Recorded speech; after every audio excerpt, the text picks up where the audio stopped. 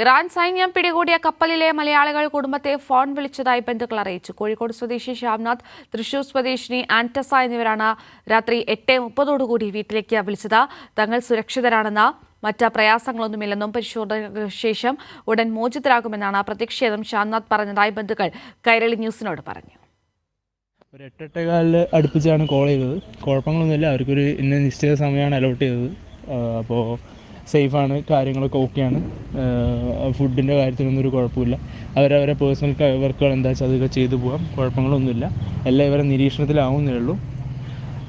എപ്പോൾ ഇറങ്ങും എന്നൊന്നും പറഞ്ഞിട്ടില്ല. പക്ഷേ ലേറ്റ് ആവും എന്നുള്ള കാര്യമാണ് നിലവിൽ പറഞ്ഞത്. ഫോൺ വിളിച്ചോ പറഞ്ഞത്. കാരണം ഇവരെ ഫോർമാലിറ്റീസ് കാര്യങ്ങളൊക്കെ, ഡോക്യുമെൻറ്റേഷനുള്ള കാര്യങ്ങളൊക്കെ നടത്തുന്നതിൻ്റെ സ്പീഡിനനുസരിച്ചായിരിക്കും ഇവർ റിലീസ് ഉണ്ടാവുക. അത്രയേ ഉള്ളൂ. ജസ്റ്റ് ഒരു 10 മിനിറ്റ് ചേർന്നിട്ട് കോൾ ചെയ്തിട്ടുള്ളൂ. അധികം സംസാരിക്കാനുള്ള ടൈം ഉണ്ടായിരുന്നില്ല.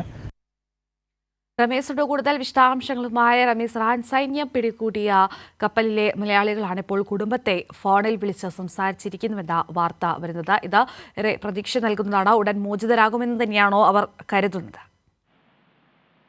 അഞ്ജന, തീർത്തും ആശ്വാസകരമായ ഒരു വാർത്തയാണ് ഇപ്പോൾ പുറത്തു വന്നിരിക്കുന്നത്. കഴിഞ്ഞ ദിവസം ഈ ശനിയാഴ്ച ഇറാൻ സൈന്യം പിടികൂടിയ ഇസ്രായേൽ കമ്പനിയുടെ MSCയുടെ ഏരിയസ് എന്ന ചരക്ക് കപ്പലായിരുന്നു പിടികൂടിയത്. അതിൽ ജീവനക്കാർ ഇപ്പോൾ വീട്ടിലേക്ക് വിളിച്ചിരിക്കുന്നു എന്നാണ് വാർത്ത പുറത്തേക്ക് വന്നിരിക്കുന്നത്. 4 മലയാളികളാണ് കപ്പലിലുള്ളത്. പാലക്കാട് സ്വദേശി സുമേഷ്, വയനാട് നിന്നുള്ള ഗണേഷ്, തൃശൂർ സ്വദേശി ആൻറ്റസ, കോഴിക്കോട് സ്വദേശി ശ്യാംനാഥ്. ഇവരിൽ കോഴിക്കോട് സ്വദേശിയും തൃശൂർ സ്വദേശി ആൻറ്റസയുമാണ് ഇപ്പോൾ വീട്ടിലേക്ക് വിളിച്ചിട്ടുള്ളത്. കോഴിക്കോട് സ്വദേശി ശ്യാംനാഥ് ഇന്ന് രാത്രി 8:30 വീട്ടിലേക്ക് വിളിച്ചത്. 10 മിനിറ്റോളം സംസാരിച്ചു. യാതൊരു പ്രയാസവും ഇല്ല.